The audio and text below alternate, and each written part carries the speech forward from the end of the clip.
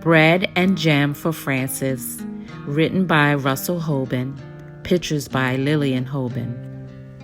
Reading by Robin Mulder Ingram. It's morning, and it's time for breakfast. Everyone was at the table. Father was eating his egg. Mother was eating her egg. Gloria was sitting in a high chair and eating her egg too. Francis was eating bread and jam. "What a lovely egg," said Father. "If there is one thing I am fond of for breakfast, it is a soft-boiled egg." "Yes," said Mother, spooning up egg for the baby. "It is just the thing to start the day off right." "Oh," said Gloria, and ate up her egg. Frances did not eat her egg. She sang a little song to it. She sang the song very softly. "I do not like the way you slide. I do not like your soft inside. I do not like you lots of ways, and I could do for many days without egg." "What did you say, Francis?" asked Father. "Nothing," said Francis, spreading jam on another slice of bread. "Why do you keep eating bread and jam?" asked Father, "when you have a lovely soft-boiled egg?" "One of the reasons I like to eat bread and jam," said Francis, "is that it does not slide off your spoon in a funny way." "Why, of course," said Father. "Not everyone is fond of soft-boiled eggs for breakfast, but there are other kinds of eggs. There are sunny-side up and sunny-side down eggs." "Yes," said Francis, "but sunny-side up eggs lie on the plate and look up at you in a very funny way. And sunny-side down eggs just lie on their stomachs and wait." "What about scrambled eggs?" said Father. "Scrambled eggs fall off the fork and roll under the table," said Francis. "I think it's time for you to go to school now," said Mother. Frances picked up her books, her lunchbox, and her skipping rope. Then she kissed Mother and Father goodbye and went to the bus stop. While she waited for the bus, she skipped and sang. "Jam on biscuits, jam on toast. Jam is the thing that I like most. Jam is sticky, jam is sweet. Jam is tasty, jam's a treat. Raspberry, strawberry, gooseberry. I'm very fond of jam." That evening for dinner, Mother cooked breaded veal cutlets with string beans and baked potatoes. "Oh," said Father, "what is there more delicious on a plate and tastier to eat than breaded veal cutlet?" "It is a nice dish, isn't it?" said Mother. "Eat up the string bean, Gloria." "Oh," said Gloria, and ate it up. She had already eaten her dinner of strained beef and sweet potatoes, but she liked to practice with a string bean when she could. "Where do breaded veal cutlets come from?" asked Francis. "And why are French-cut stringless beans called string beans?" "We can talk about that another time," said Father. "Now it's time to eat our dinner." Francis looked at her plate and sang. "What do cutlets wear before they're breaded? Flannel nightgowns, cowboy boots, furry jackets, and sailor suits." Then she spread jam on a slice of bread and took a bite. "She won't try anything new," said Mother to Father.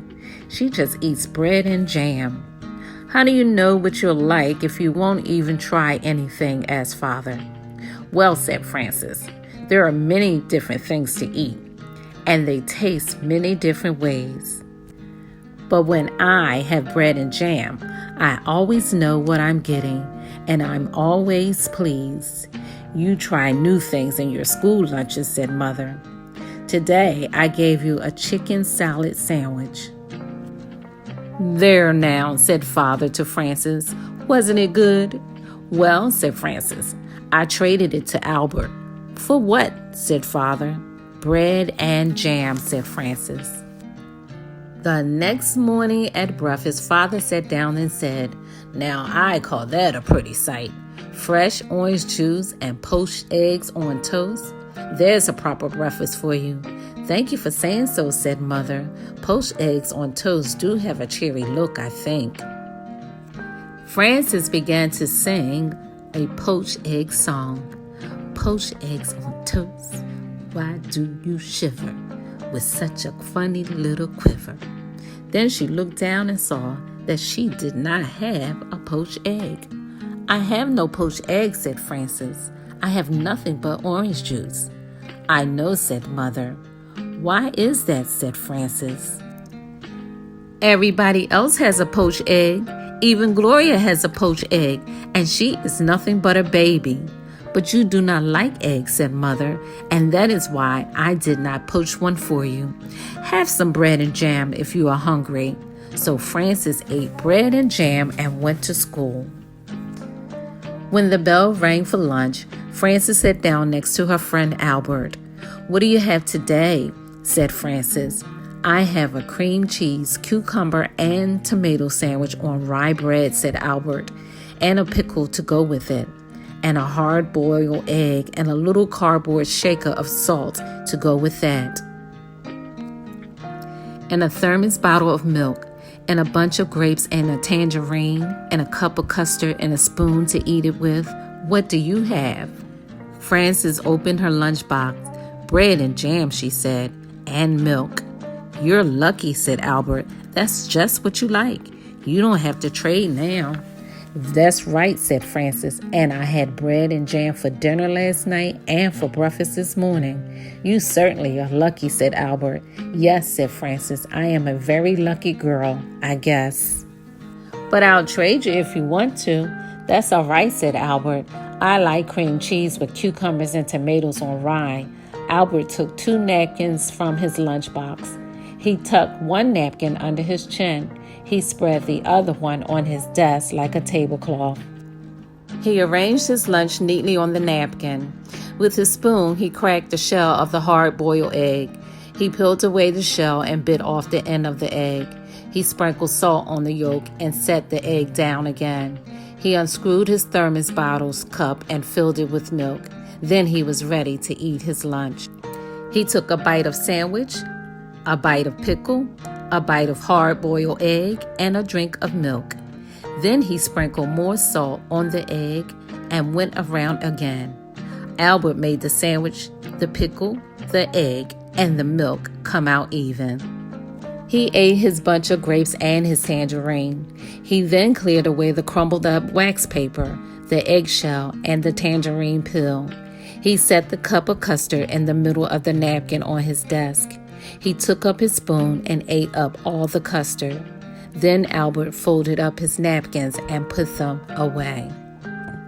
He put away his cardboard salt shaker and his spoon. He screwed the cup on top of his thermos bottle. He shut his lunchbox, put it back inside his desk, and sighed.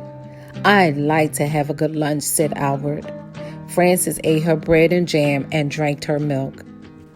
Then she went outside to the playground and skipped rope.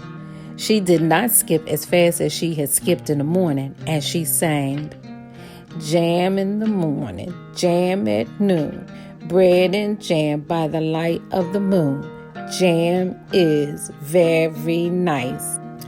When Frances got home from school, Mother said, "I know you like to have a little snack when you get home from school, and I have one all ready for you." "I do like snacks," said Frances, running to the kitchen. "Here it is," said Mother, "a glass of milk and some nice bread and jam for you." "Aren't you worried that maybe I will get sick and all of my teeth will fall out from eating so much bread and jam?" asked Frances. "I don't think that will happen for quite a while," said Mother. "So eat it all up and enjoy it." Frances ate up most of her bread and jam, but she did not eat it all. After her snack, she went outside to skip rope. Frances skipped a little more slowly than she had skipped at noon, and she sang, "Jam for snacks and jam for meals. I know how a jam jar feels, full of jam." That evening for dinner, Mother cooked spaghetti and meatballs with tomato sauce. "I am glad to see there will be enough for second helping," said Father, "because spaghetti and meatballs is one of my favorite dishes." "Spaghetti and meatballs is a favorite with everybody," said Mother. "Try a little spaghetti, Gloria. Said Gloria, and tried the spaghetti. Frances looked down at her plate and saw that there was no spaghetti and meatballs on it. There was a slice of bread and a jar of jam. Frances began to cry. "My goodness," said Mother. "Frances is crying." "What is the matter?" asked Father. Frances looked down at her plate and sang a little sad song. She sang so softly that Mother and Father could scarcely hear her. "What am I? It's tired of jam." "I want spaghetti and meatballs," said Frances. "May I have some, please?" "I had no idea you liked spaghetti and meatballs," said Mother. "How do you know what I'll like if you won't even try me?" asked Frances, wiping her eyes. So Mother gave Frances spaghetti and meatballs, and she ate it all up. The next day, when the bell rang for lunch, Albert said, "What do you have today?" "Well," said Frances, laying a paper doily on her desk and setting a tiny vase of violets in the middle of it. "Let me see." She arranged her lunch on the doily.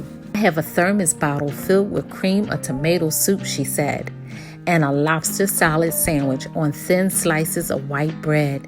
I have celery, carrot sticks, and black olives, and a little cardboard shaker of salt for the celery, and 2 plums, and a tiny basket of cherries, and vanilla pudding with chocolate sprinkles, and a spoon to eat it with." "Boy, is that a good lunch," said Albert. "I think it's nice that there are all different kinds of lunches and breakfasts and dinners and snacks. I think eating is nice." "So do I," said Frances, as she made the lobster salad sandwich. The celery, the carrot sticks, and the olives come out even. The end. Ladies and gentlemen, boys and girls, thank you for joining us for today's reading with Peaches and Sour Cream. The rights to this story belongs to Russell and Lillian Hoban and Harper Trophy, copyrights 1964.